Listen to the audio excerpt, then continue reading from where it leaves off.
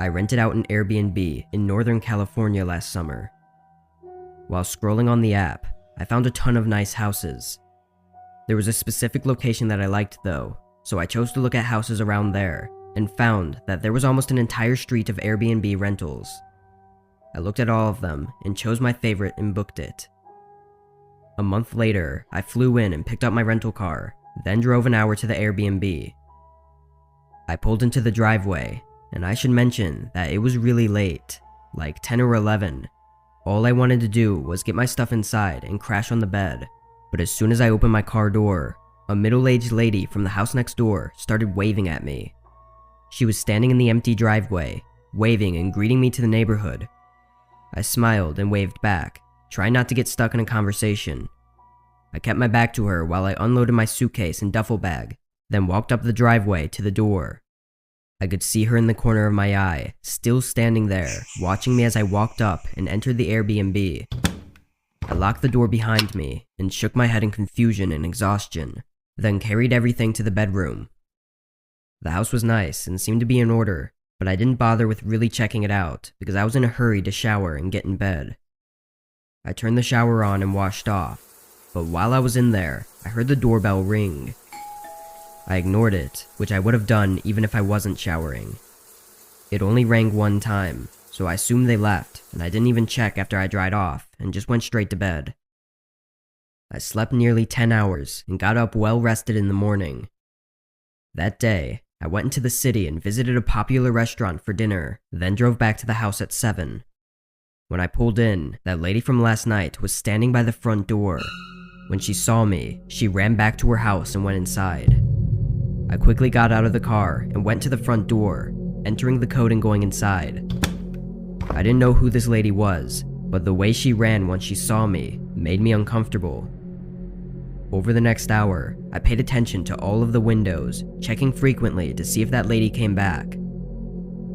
I was sitting in the kitchen on my laptop when something hit the back door. It sounded like a rock being thrown at it. I looked over at the door. Again, a rock was thrown, hitting the back of the house this time. I stood up and looked out the window, and at first I didn't see anything. But then I looked closely, and in the dark field, I saw a small figure standing there. It knelt down, picked something up, then threw it right at the window I was at. I backed away in shock, until I realized it was probably that lady. I opened the back door and called out, telling them to go away. I could barely see their figure in the dark. They weren't moving though. I threatened to call the police, and they still didn't move. A creepy feeling rushed through me, and I slid the door shut. I wasn't sure if I actually wanted to call the police. I mean, if it was just some crazy lady, then I didn't really feel threatened. I decided to wait and see if she does anything else, and after a while, it seemed like she'd given up. 2 hours later, I went to bed. By then, I wasn't even thinking about the lady anymore. I woke up in the middle of the night though, hearing something. I didn't know what I heard because it was quick and quiet and I wasn't fully awake yet, but I knew I heard something. Only a few seconds later, the faint sound of footsteps started coming down the hallway outside my room. My eyes widened and my brain went straight into fight mode. I jumped out of bed and swung the door open. Standing just a few feet away from me was that lady, barefoot in my hallway. She quickly ran back and left the house. I followed her out the front door and watched her go back inside her house. Then I locked my front door and called the police. When they came and knocked on the lady's door to confront her, she didn't answer. This is when we found out that her house was actually an Airbnb as well, owned by the same person that rented me my Airbnb. No one had that house booked though, so the lady somehow knew the code and was staying in there for several days. We couldn't find any reason for her to be after me, or any signs of who she was or where she went. I left that night and flew back home. I didn't know what she was going to do if I hadn't woken up, but with her still out there, I didn't want to stay to find out.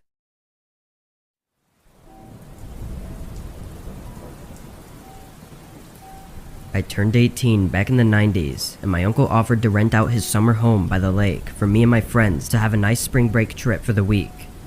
He frequently rented out this spot to friends and family, kind of like a family-only Airbnb at the time, and promised me when I was old enough that I could rent it out too. A little backstory on my uncle. He was extremely rich. He owned a few lounges in Vegas and LA with his buddy that were really big back in the day. He was really chill, but I only saw him a few times a year because he was usually in Vegas. But when I did, it was always a good time. My family and I lived in Pleasant Prairie, Wisconsin, while my uncle's lake house was in Antioch, Illinois, which wasn't too long of a drive as we were both by the border, so maybe 20 minutes. My parents were hesitant to let me go, and at the time, I thought it was because I was young and they didn't trust me, but after everything I discovered, I don't think that's what they were worried about. Ultimately, they let me go, and said I could only bring 4 friends. I only really had 3, so it all worked out. My best friend Tim came with me the night before my other 2 friends were supposed to show up, to help me get everything together. My uncle's lake house wasn't big by any means, but it was really nice, and even had a pool with a hot tub. He had a whole game room downstairs with pinball machines and a pool table. This house was everything I imagined when I thought of money. We got there around 5, and my uncle had been in town a few days ago to leave me the key inside the mailbox. I gave Tim a tour, and he was in awe at how much cool stuff my uncle had. I was really excited to show him the basement because that was my favorite part, but I noticed the door to the basement had a couple new locks on it, which I didn't think anything of. He did have some pretty expensive stuff down there. Finding the keys to all the locks was really annoying though. When we finally got down there, I started showing him everything, until he mentioned a strange door in the corner that had a desk in front of it. We were both curious, so I opened it to see what was inside. A few boxes were stacked in the corner, and against the wall stood 4 huge gun safes. The first thing out of Tim's mouth was, "What does someone need 4 gun safes for?" And I was thinking the same thing. My uncle doesn't hunt. He never has, at least from what I know, so it definitely wasn't for animals. Tim tried convincing me to look through the boxes, but although I was curious, I couldn't disrespect my uncle like that and invade his privacy. I felt as if we had seen way more than we were supposed to. I led Tim out of the room and locked the door. Skip to a few days later. Tim mentions the room to our other friends, and now that's all they can talk about. I opened the door for them to show them the room just to get them to shut up, but it just makes them go crazier, throwing out different theories of what's in the boxes in the gun safes, how many guns he has, or if there's bodies in there. By the end of that night, they were fully convinced he was a serial killer, but I knew my uncle, and he wasn't like that. But my friends pressured me to look in the boxes to make sure they weren't filled with license of missing people or anything, and if it wasn't for one of my friends being genuinely freaked out about the possibility of being in a killer's house, I probably wouldn't have looked, even though the curiosity was killing me too. I told him I'd take a peek, just to ease his mind. I opened the box and didn't see anything out of the ordinary. Some pipes and a box of cigars, but mainly a ton of letters. As I shuffled through them, I found my name on one of them. I kept digging and found not just my name, but my parents, my little sister, my aunt and her husband and their children's names, the schools they go to, and my school and my sister's school. And next to all of our names and info was how we would die, some ways being more gruesome than others. By this time, I was fully invested, and I'm looking at everything else in the box, and that's when I find multiple threatening letters addressed to my uncle, basically saying that if the person sending them letters doesn't receive the money, then various awful things are going to happen. There were due dates for the money to be sent, and dates of consequences if not sent by then.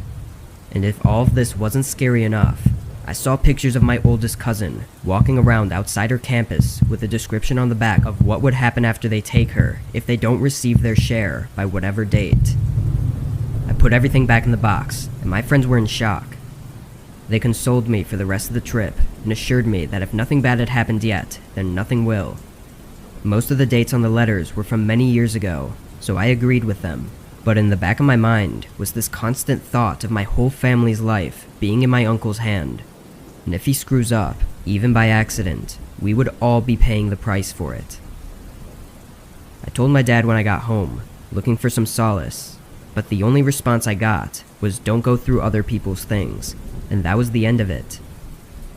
I lived in fear until 2013, when my uncle passed away, supposedly by suicide. A big part of me wonders if that's true or not, and although I was sad, a huge weight was lifted off my shoulders, and I'm sure the rest of my family felt that too.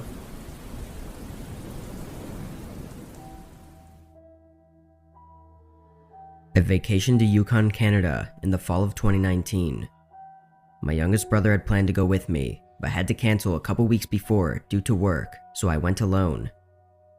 I rented a cabin through Airbnb. It was remote, but still had paved roads and wasn't too far from town. When I arrived, I got everything out of my truck and into the living room.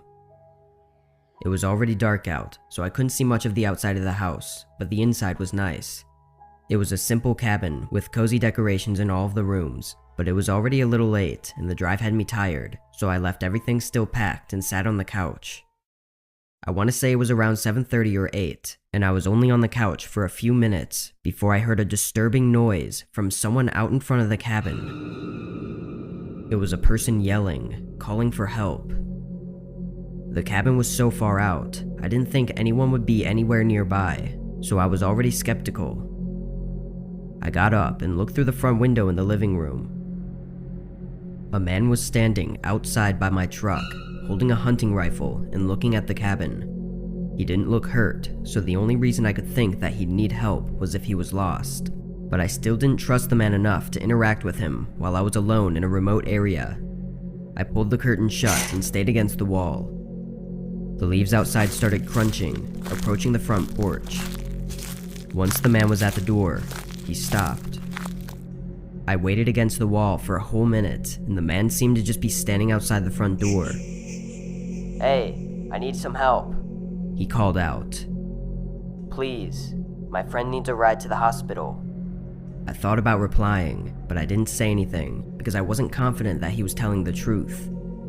He had a gun, and I had no way to protect myself if he was lying. Another minute passed, neither of us speaking. "I saw you pull in," he yelled, banging against the door. His tone became aggressive, which only deterred me even more from answering him. That was also just a strange thing to say. Why was he watching me when I pulled in 20 minutes ago? The man's footsteps started leaving the porch and going back in the direction of my truck. I waited until I was sure he had left, then looked out the window again, not seeing him anywhere. I then went around to every door and window and tested the locks. All of them were intact, except for one. It was a small half window in the kitchen, and the latch on it was missing. There were screw holes and scratched paint, indicating a latch used to be installed there, but had been taken off. It was odd and didn't make sense. What reason would anyone have to remove a latch from a window? I was getting really bad feelings with everything going on. I went outside and got my toolkit from my truck bed. I knew it was an Airbnb, and I technically was not allowed to make any modifications to the property, but I didn't care. I drilled 2 long screws through the window siding and into the frame, permanently attaching it so it couldn't be opened. I figured the owners of the cabin would probably never even notice it anyways. After laying on the couch for an hour, watching downloaded videos on my phone, I brought my suitcase to the bedroom and got ready for bed. There was no clock in the room, but I was laying in bed for a long time, definitely over an hour, just unable to fall asleep. That's when I heard some odd noises. A couple thuds on the outer wall of the cabin, then some strange sort of scraping sound. It happened a few times, then it stopped. I was sitting up and staring at the bedroom door, not making any sounds. There were so many scenarios running through my head, mostly consisting of that man from earlier. I was probably sitting there in silence for 30 minutes, listening intently for any other noises. At some point though, long after I heard the noises, I fell asleep. When I woke up, it was morning, but I immediately remembered the sounds I heard last night. I got up and walked slowly through the house. Everything seemed to be fine though, until I checked the kitchen. That small window with the missing latch had a small gap at the bottom, like someone tried to pry it open. I went out the back door and looked at it from outside, seeing scratches and dents. But the creepiest part of everything was that none of the other windows had any scratches or dents. Whoever tried to break in last night only tried to open the small window with the missing latch. I ran back inside and contacted the Airbnb host, then threw everything in the back of my truck and left the cabin. I don't know if it was that man who came to the house asking for help, or maybe just some random person, but whoever it was had planned for this. I was lucky to have taken such a cautious stance on everything, because if I had opened the door for that man, or not screwed the window shut, then that cabin could have been the last place I ever stayed in.